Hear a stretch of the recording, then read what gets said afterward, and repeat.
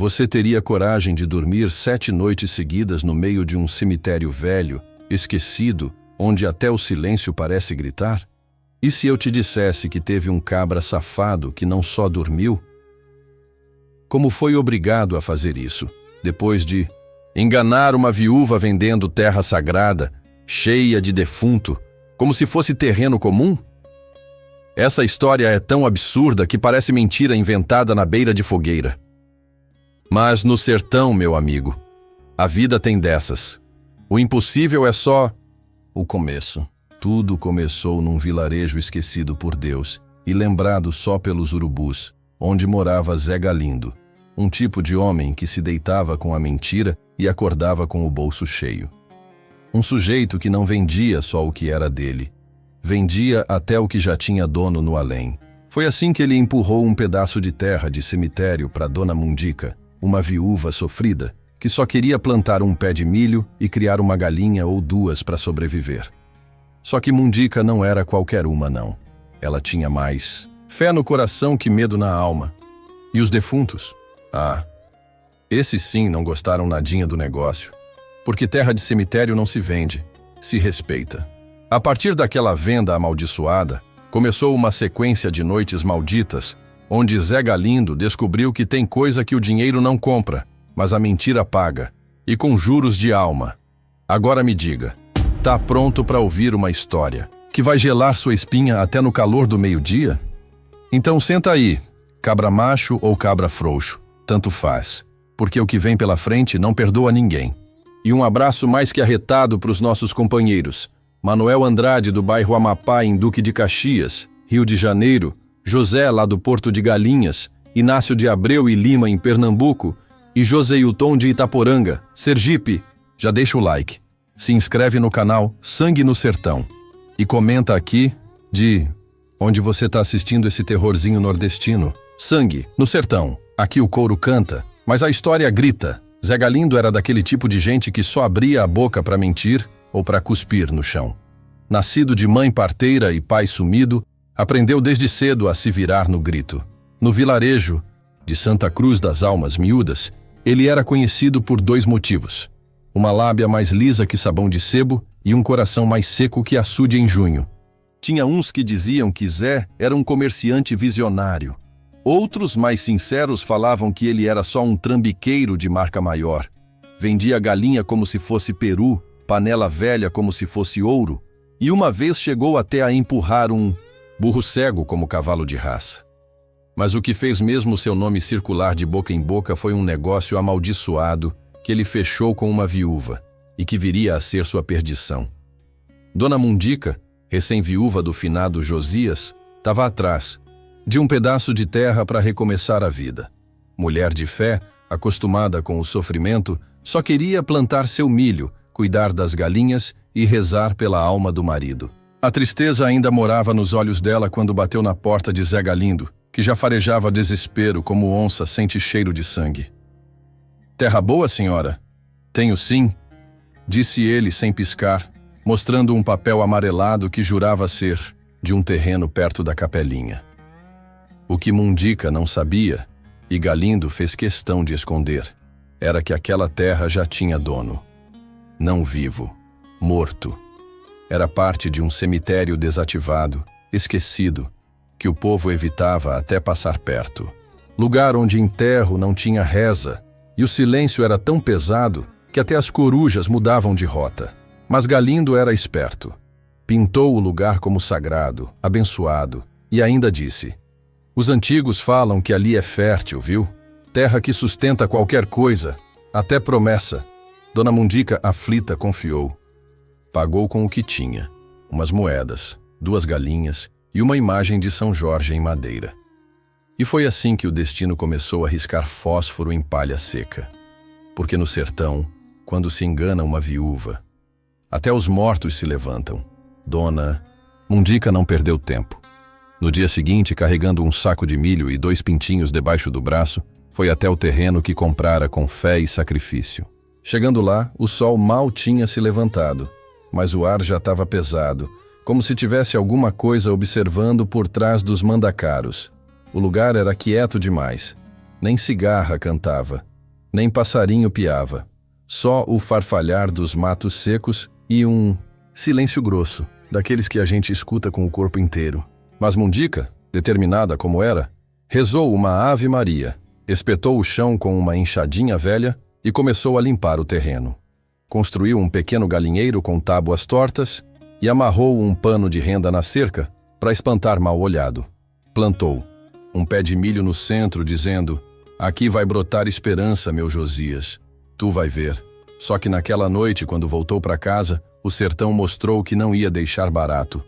À meia-noite, o galo dela, que nunca cantava nesse horário, soltou um canto rouco como se fosse grito de dor. Os 2 pintinhos sumiram. A enxada apareceu cravada no chão como cruz, e no meio da pequena roça, onde ela tinha plantado o milho, nasceu uma flor preta. Preta como carvão, como noite sem lua. Assustada, Mundica procurou o padre Severino, um velho franzino que morava perto da igrejinha caída. Ele ouviu a história calado, os olhos fundos como poço seco, e disse apenas: "Dona Mundica, essa terra fede a alma mal resolvida. Isso aí era cemitério antigo, de gente enterrada, sem nome, sem vela, sem oração." Mundica tremeu, chorou, mas não desistiu. Na manhã seguinte, voltou ao terreno decidida a benzer tudo. Levou água benta, 3 velas, uma Bíblia e a imagem de São Jorge. Mas quando chegou, o galinheiro estava revirado. As tábuas, empilhadas como cruzes. E no chão, escrito com barro seco, uma frase que gelou sua espinha: "Não queremos vizinhos." Foi nesse momento que o sertão parou de ser só seco e virou maldito. Na feira de Santa Cruz das Almas Miúdas, tudo se espalha mais rápido que fogo em palha seca.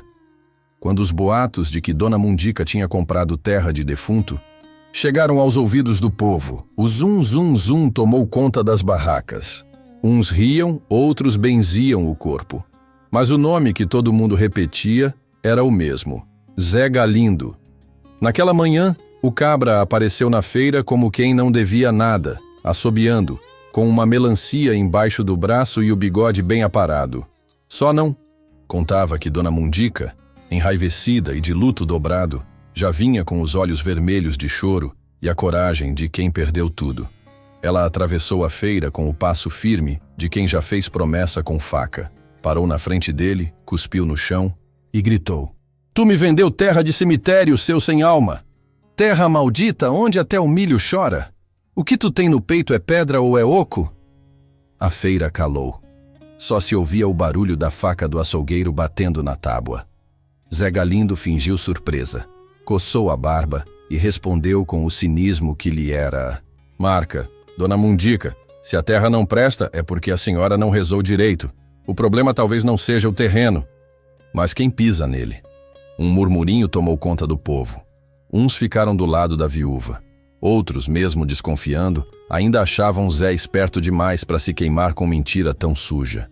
Foi quando um velho, seu Antenor, conhecido por enterrar gente no tempo em que o cemitério ainda funcionava, se aproximou e soltou a bomba. "Eu enterrei alma penada ali. Gente que morreu sem perdão. Nem padre quis rezar. Quem mexe naquele chão, mexe com a ira do esquecido." Zé Galindo, pela primeira vez, empalideceu. Riu amarelo, tentou desviar o assunto, mas já era tarde. O povo começou a cercar, a murmurar, a encarar como se visse o próprio capeta de chapéu de palha.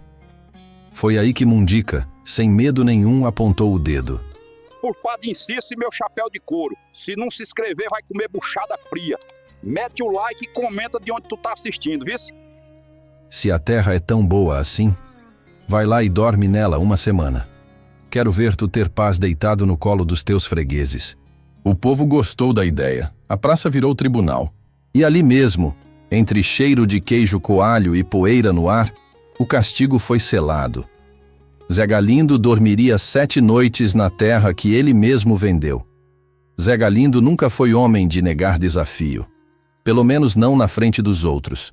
Quando o povo exigiu que ele passasse 7 noites no terreno amaldiçoado, ele aceitou com um sorriso de canto de boca e peito estufado.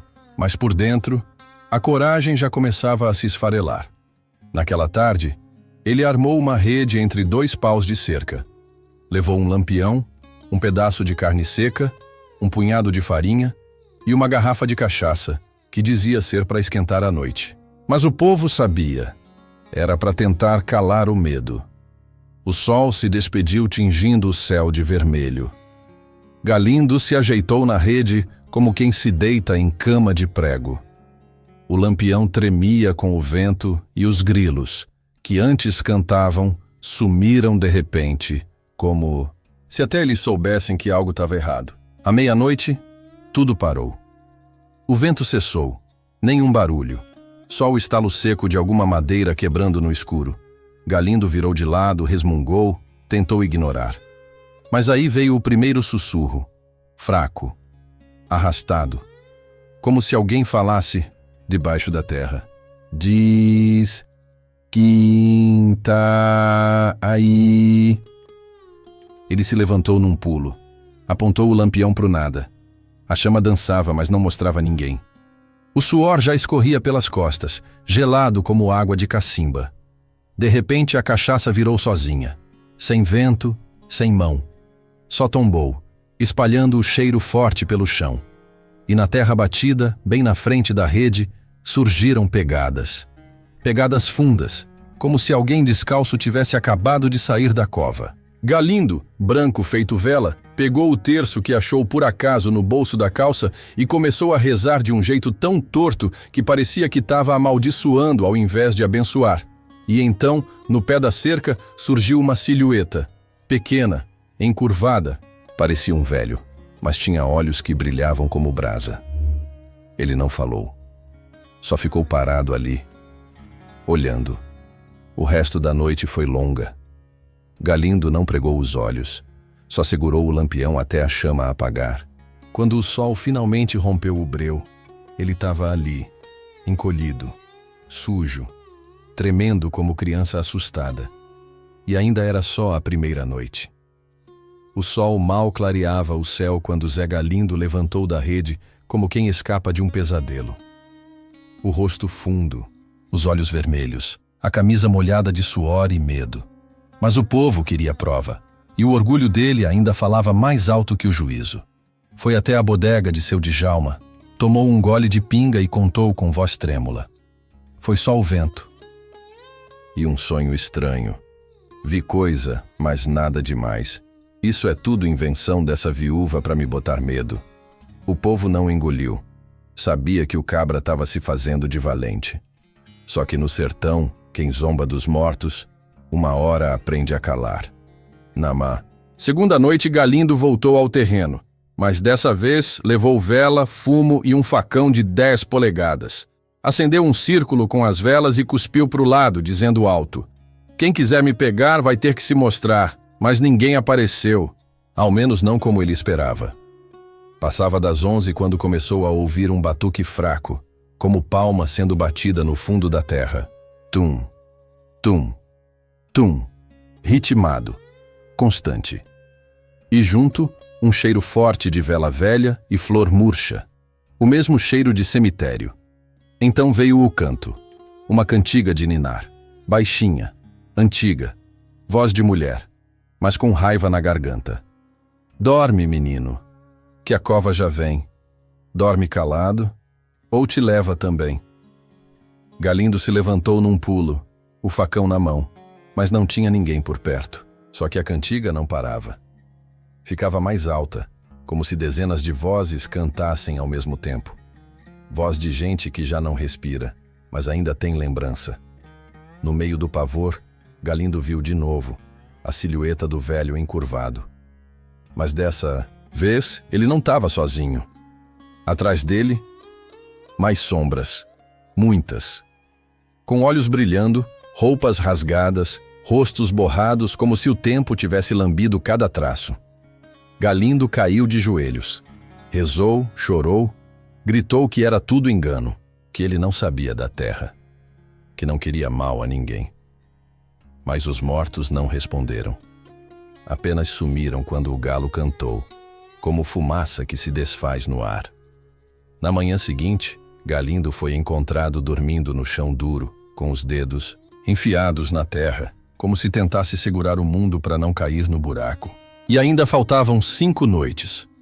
O terceiro dia amanheceu com Zé Galindo de cara inchada e os olhos fundos, como se não dormisse há semanas.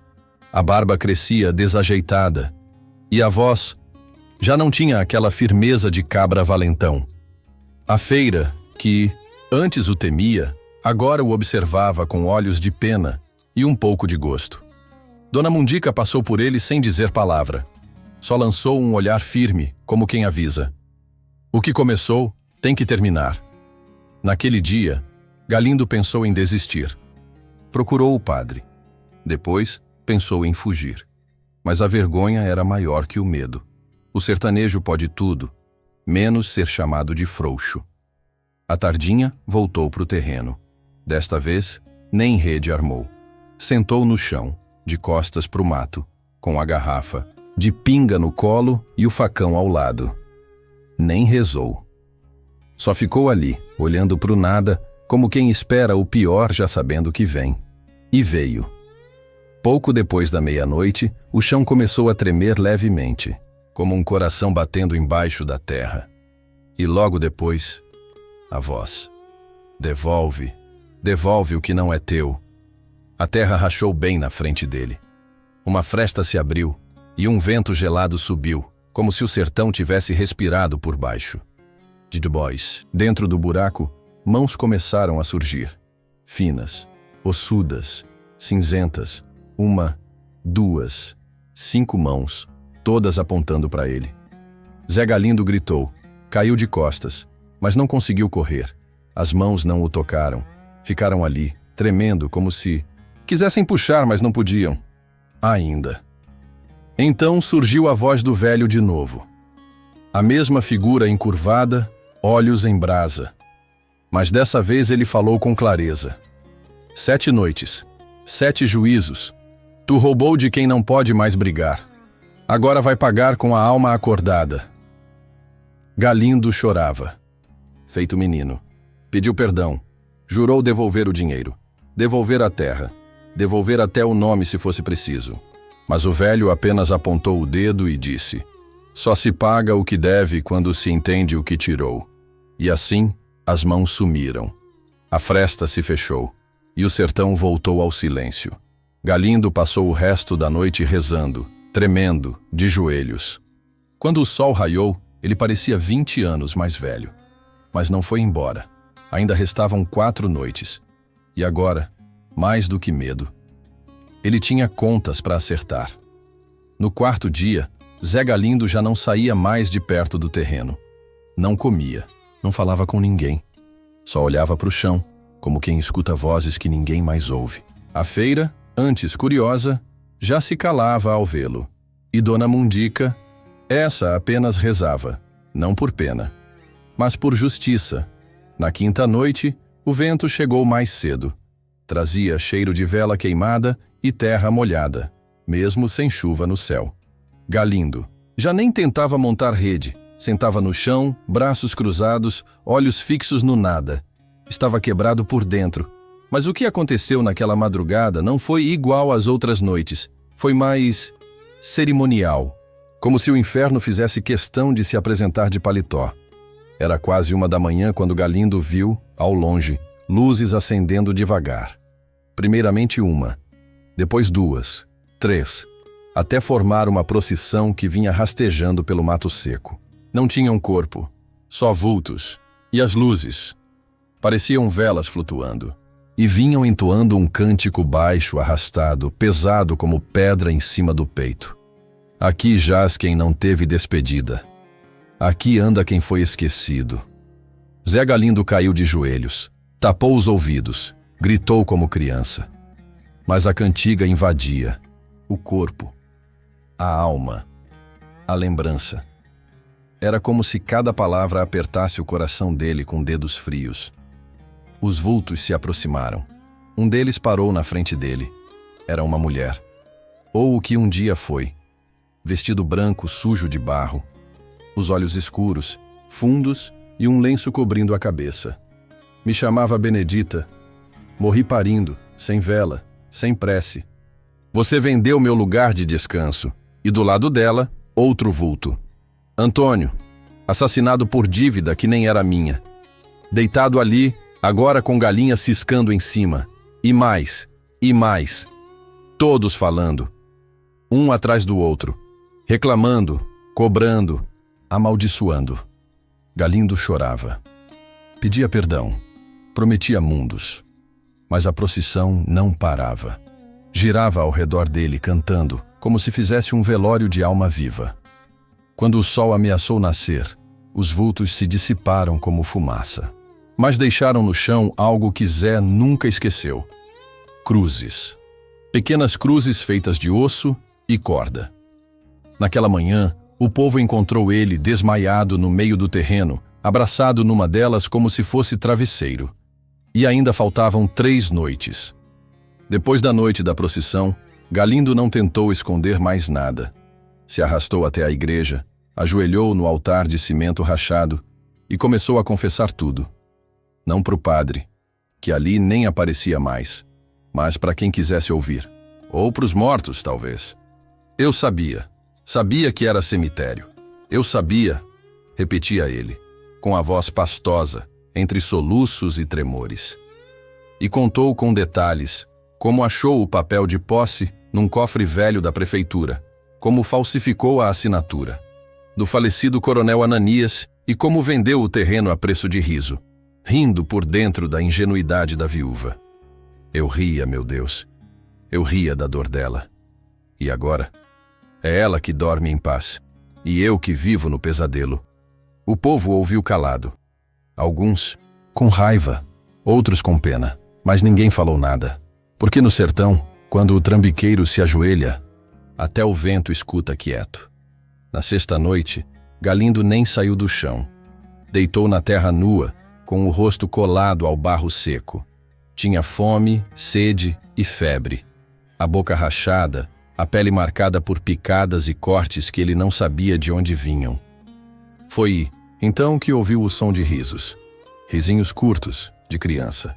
Olhou ao redor. Viu pequenas figuras correndo entre os arbustos. Não sombras, crianças, meninos e meninas, descalços, vestidos de branco, cabelos desgrenhados. Vamos brincar, seu Zé. Vamos brincar de esconde-esconde. Ele tentou se levantar, mas o corpo não respondia.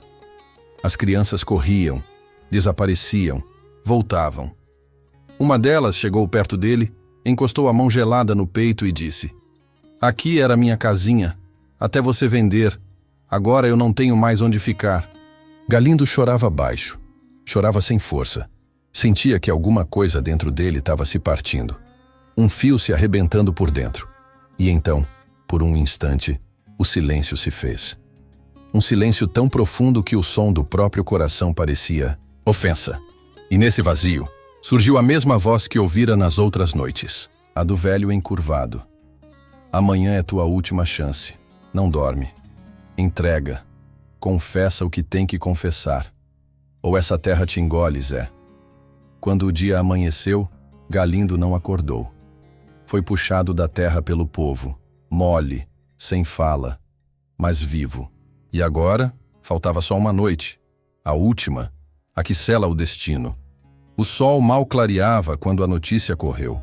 Zé Galindo iria para a última noite. O povo não falou, mas todo mundo pensou a mesma coisa. Será que ele sai vivo? Dona Mundica apareceu de novo, sem raiva, sem palavra. Só ficou ali, parada na entrada do terreno, olhando para ele como quem espera a resposta que já sabe. Zé não falou nada também. Caminhou devagar, com os pés arrastando, o rosto abatido. Carregava uma vela na mão, uma cruz de madeira e um papel velho, o mesmo da falsa escritura. Chegando no terreno, ele fincou a cruz no centro e acendeu a cinta de vela, ajoelhando em frente. Deixou o papel do lado e, pela primeira vez em 7 noites, rezou em voz alta. Não foi bonito. Não foi poético. Foi sincero. Eu roubei. Menti. E zoei da dor alheia. Mas não quero ir pro buraco com esse peso. Se essa terra tiver alma, que ela me perdoe. A noite caiu devagar. O céu ficou sem lua, sem estrela, só o escuro puro, profundo, e de repente, nada, nenhuma voz, nenhum vulto, nenhuma sombra. Zé ficou ali, com os olhos abertos, esperando o terror, esperando o velho, esperando o juízo. Mas o que veio foi diferente. A vela apagou, sozinha. A cruz caiu, e o chão, onde ele estava ajoelhado, começou a afundar devagar. Sem barulho, sem fúria. Como se estivesse recebendo de volta o que lhe foi tirado. Galindo tentou se levantar, mas não conseguiu. A terra o puxava devagar, como se engolisse sua mentira, sua ganância, sua culpa. Não era castigo com fúria, era justiça com paciência. Antes de sumir por completo, uma voz sussurrou no escuro: aqui termina tua dívida. Aqui começa teu silêncio. Na manhã seguinte, o terreno estava calmo. A vela apagada, a cruz erguida. E Galindo, ninguém mais. Viu? Ninguém mais achou. Dona Mundica voltou, olhou a terra e disse: agora sim, posso plantar. E foi isso que ela fez. Plantou milho, feijão e um pé de mandacaru. O povo dizia que ali nada nascia, mas nasceu. Verde, forte. Porque a terra, quando é respeitada, dá fruto. Mas quando é profanada, cobra. Passaram-se dias, semanas, e nada de Zé Galindo. O povo ainda cochichava na feira, mas já sem espanto. Só com aquela certeza que só o sertanejo tem. O que é do chão, volta pro chão. E o que é da alma, o vento leva ou o sertão guarda. Dona Mundica não chamou a polícia, nem padre, nem juiz. Ela só voltou pro pedaço de terra, ajeitou o lenço na cabeça e começou a plantar. Cada semente que jogava no solo, ela murmurava um nome: Josias, Antônio, Benedita, as crianças. Era como se cada fileira de milho fosse oração, como se cada gota d'água derramada fosse perdão. E assim, sem mágoa, mas com fé, ela rebatizou aquele chão. Chamou de Sítio Descanso. Aos poucos, o terreno floresceu. Primeiro veio o verde, depois as espigas, depois o cheiro de terra molhada mesmo sem chuva. Os vizinhos, curiosos, voltaram a passar por perto. Uns pediam bênção, outros colhiam conselhos. Mas ninguém mesmo, tocava no nome de Zé Galindo. Ele virou silêncio, virou lenda. Dizem que, em noites de lua nova, ainda se vê uma vela acesa no meio do terreno, sozinha, que não apaga com vento e nem se move com a chuva. Dizem também que quem mente ou engana ali por perto, sonha com a voz do velho. 7 noites, 7 juízos. Mas Dona Mundica nunca teve mais medo. Ao contrário, toda vez que a colheita dava boa, ela deixava um prato de comida no pé da cruz. Um gesto pequeno, mas carregado de alma. Porque no sertão, justiça não é feita com fúria, é feita com tempo, terra e silêncio. E assim, a história se espalhou, de boca em boca, de feira em feira. Cada um contando de um jeito, mas todos concordando numa coisa: quem mexe com terra dos mortos termina enterrado na própria mentira.